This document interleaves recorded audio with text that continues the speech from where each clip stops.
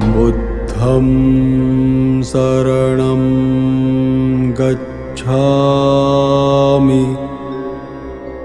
Buddham saranam gacchami Dhammam saranam gacchami Dhammam saranam gacchami Sangham saranam gacchami Sangham saranam gacchami Buddham saranam gacchami Buddham saranam gacchami Dhammam saranam gacchami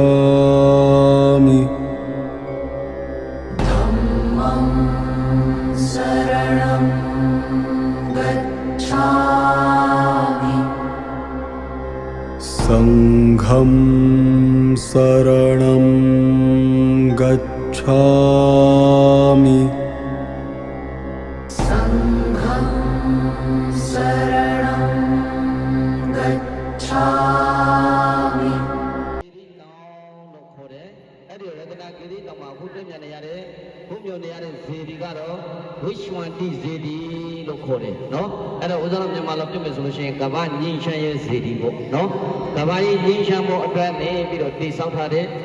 ဇေဒီတော်ဖြစ်ပါတယ်နော်အဲ့တော့ဒီဇေဒီတော်လိုပုံစံတူတဲ့အိန္ဒိယနိုင်ငံ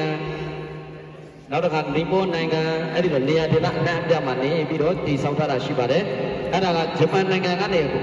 ဗုဒ္ဓဘာသာမဟာယာနဗုဒ္ဓဘာသာပေါ့နော်မဟာယာနဗုဒ္ဓဘာသာအဖွဲ့အစည်းတွေကနေပြီးတော့တည်ဆောက်ထားတာဒီဇေဒီတို့တွေဟာနော်အဲ့ဒါကြောင့်ဂျပန်လက်ရတယ်တွေ့ရလိမ့်မယ်ဘုရားဆင်းတုတော်တွေဆိုလို့ရှိရင်လည်းပဲဂျပန်ဘုရားဆင်းတုတော်တွေတွေ့ရလိမ့်မယ်နော်အဲ့တော့ဦးဇင်းတော်ဘုရားဘုဒ္ဓတော်စင်များအခုရောက်ရှိနေတဲ့နေရာဟာအဲ့ဒီလိုနော်ဝိရှဝန္တိဇေဒီရှိတဲ့နေရာဖြစ်ပါတယ်အဲ့တော့တကယ်ဦးဇင်းတော်ဖူးရမယ့်နေရာကဟောဘက်မှာဂိစကုတ်တောင်ကျောင်းတော်ဆိုတာရှိတယ်နော်ဘာကျောင်းတော်ပါလဲဂိစကုတ်တော်ကျောင်းတော်ကိုဒီတိုင်းနေပြီးတော့ဦးဇင်းတို့လမ်းလျှောက်ပြီးတော့တက်မယ်ဆိုရင်မတက်နိုင်ကြဘူးလူကြီးတွေအဲ့ဒါကအရှိန်မပြည့်နိုင်ဘူးအဲ့တော့ဂိစကုတ်တော်ကျောင်းတော်ကိုသွားမယ်ဆိုလို့ရှိရင်အတက်တနာရီလောက်အဆင်းတနာရီလောက်အရှိန်ပြရအဲ့ဒါတောင်လည်းပြီးတော့ပုံမှန်တက်နိုင်တဲ့လူမှ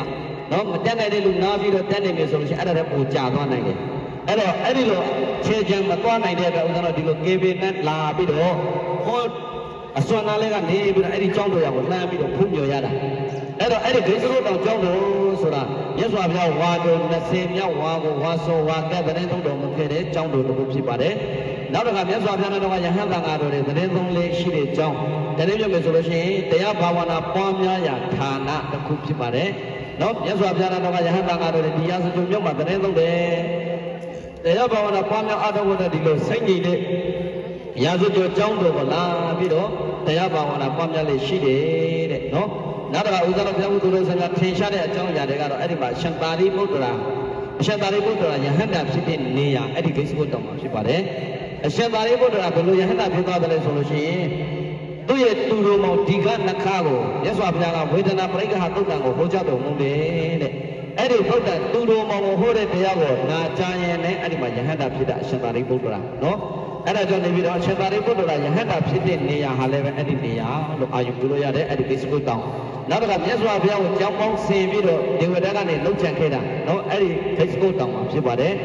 နော်အဲ့ဒါကြောင့်ဦးဇင်းတို့ဘုရားဘုဒ္ဓတော်ဆင်များဂိစကုတ်တောင်ဆို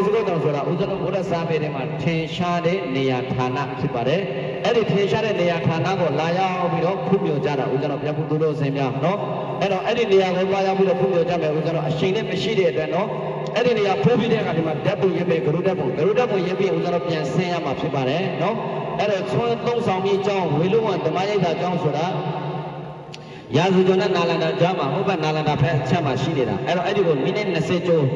ကောင်းပေါင်းရောက်မှာဖြစ်ပါတယ်ကာနန်သွားရောက်မှာအဲ့ဒါကြောင့်ဦးဇင်းတော်ဘုရားဘုရားဆရာအားလုံးနော်အချိန်လေးကိုငေးပြီးတော့အဲ့တော့တက်တက်လေးဖျားဖို့မဲ့ပြီးတယ်ဓာတ်ပုံရိုက်မယ်ဓာတ်ပုံရိုက်ပြီးတော့ပြန်ပြီးတော့ဆင်းကြပါမယ်ဒီနေရာကနေပြန်တက်လာတဲ့လမ်းအတိုင်းကိုနော်အဲ့တော့အဲ့ဒီမှာဘယ်စိုးတော်ကြောင်းတော်ကိုကောင်းအားပြီးတော့ဖူးပြကြပါမယ်အားလုံးဘုရားဘုရားဆင်များဘယ်စိုးတော်ကြောင်းတော်ကိုကောင်းအားပြီးတော့ဖူးပြကြပါမယ်ကဲလာ